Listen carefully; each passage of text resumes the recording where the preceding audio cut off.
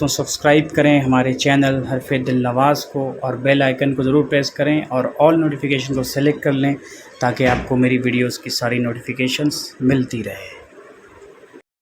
اپنے من میں ڈوب کر پا جا سراغ زندگی، اپنے من میں ڈوب کر پا جا سراغ زندگی، تو اگر میرا نہیں بنتا نہ بن اپنا تو بن۔ دوستوں علامہ اقبال رحمۃ اللہ علیہ کا یہ شعر ہم میں سے بہت لوگوں نے پہلے سنا ہوگا، لیکن کیا ہم اس کے اصلی مفہوم کو جانتے ہیں؟ تو دوستوں آج میں بات کرنے والا ہوں اس شعر کے مفہوم کے بارے میں کہ علامہ صاحب کیا میسج کنوے کرنا چاہ رہے ہیں امت کے نام اس شعر کے حوالے سے۔ دوستوں علامہ صاحب یہ کہنا چاہ رہے ہیں، گویا یہ اللہ کہہ رہا ہے بندے سے، اس لیے علامہ صاحب کو خدا کی زبان، اللہ کی زبان بھی کہتے ہیں، علامہ صاحب کو خدائے سخن بھی کہتے ہیں۔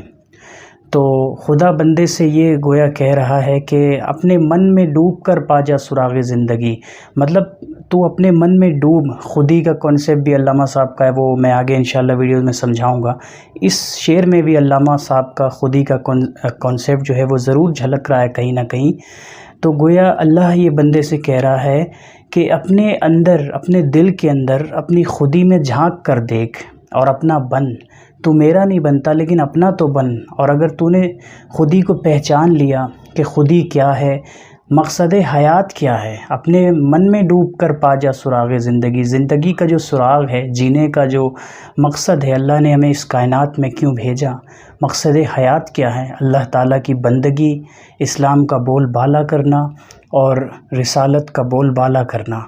تو اس شعر سے یہی میسج جاتا ہے کہ ہمیں اپنے اندر جھانکنے کی ضرورت ہے، اپنی خودی کو پہچاننے کی ضرورت ہے دوستوں، اور اللہ کے احکام کو اس دنیا میں نافذ کرنے کی ضرورت ہے، اللہ کے دین کو غالب کرنے کی تیاری کی ضرورت ہے۔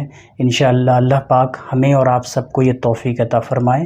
بات اچھی لگی ہو دوستوں، ویڈیو اچھا لگا ہو تو پلیز اس کو شیئر کریے گا، میرے چینل کو سبسکرائب کریے گا، بیل آئیکن کو ضرور پریس کریے گا، آل نوٹیفیکیشن کو ضرور پریس کریے گا، گھنٹی کے بٹن کو، تاکہ میری ویڈیوز کی فردر آگے نوٹیفیکیشنز آپ کو ملتی رہے۔ مجھے انسٹاگرام پر بھی فالو کریں، میرا یوزر آئی ڈی ہے دلنواز 7882۔ السلام علیکم ورحمۃ اللہ وبرکاتہ۔